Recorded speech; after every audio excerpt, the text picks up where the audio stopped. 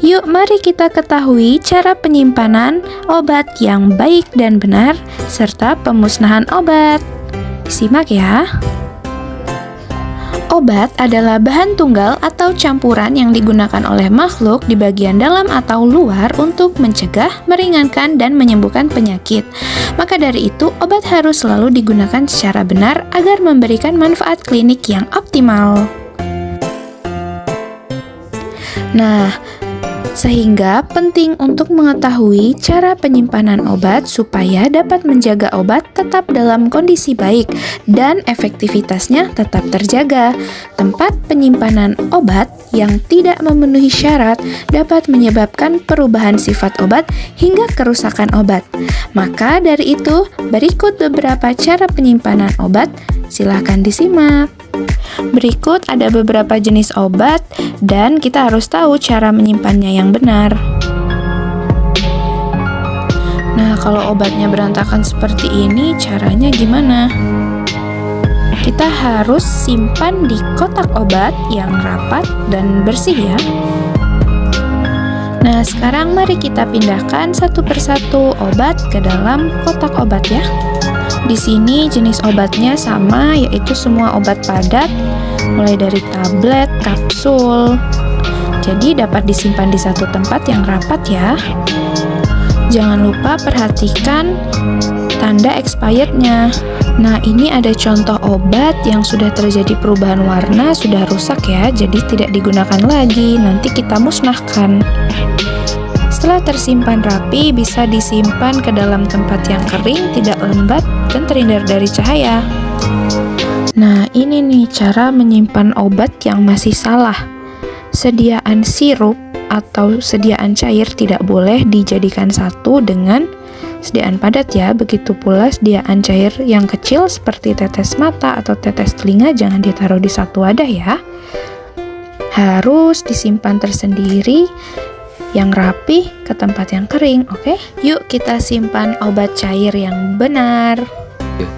Pertama, dilihat dulu, cek kadaluarsa dan labelnya apakah masih bisa digunakan. Kalau masih bisa, tinggal ditaruh di wadah yang terjangkau dan jauh dari anak-anak.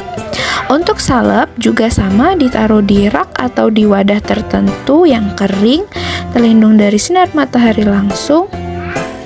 Dan untuk tetes mata, tetes telinga juga sama, sebaiknya ditaruh di rak yang bersih ya, terhindar dari sinar cahaya matahari.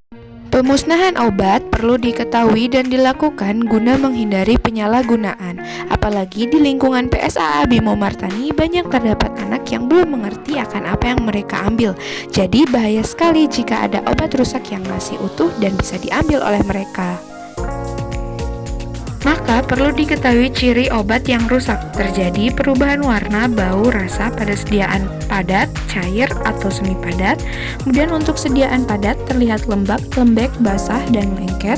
Untuk cairan, salep, atau krim berubah menjadi keruh, kental, mengendap, memisah menjadi dua fase atau mengeras, atau timbul noda dan bintik-bintik, serta kerusakan pada wadah atau kemasan dan etiket tidak terbaca. Nah, sekarang mari kita lakukan pemusnahan obat yang baik dan benar. Let's go! Yang pertama, siapkan mortir stemper. Kalau tidak ada, bisa pakai sendok ya. Dihancurkan dengan sendok juga bisa.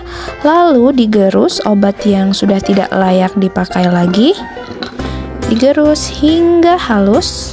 Nah, kalau sudah halus seperti ini sampai hancur dan pastikan sudah tidak berbentuk tablet lagi ya. Harus benar-benar hilang bentuknya. Lalu bisa dibuang ke tempat sampah seperti ini sampai bersih. Nah, selanjutnya untuk kemasannya atau bungkusnya harus juga dihancurkan sampai tidak terbaca lagi dan tidak berwujud lagi. Bisa digunting, dibakar. Di sini saya menyontohkan digunting ya supaya mudah dibuang. Benar-benar harus hilang bentuk kemasannya ya, supaya tidak digunakan lagi, tidak disalahgunakan lagi. Lalu dibuang ke tempat sampah. Nah, begitu deh. Untuk pemusnahan obat cair, yang pertama dikeluarkan isi obatnya atau dapat dilarutkan dengan air. Kemudian dibuang ke pembuangan air dengan air yang mengalir. Lalu dirusak kemasannya, bisa dicoret atau disobek labelnya supaya tidak digunakan lagi.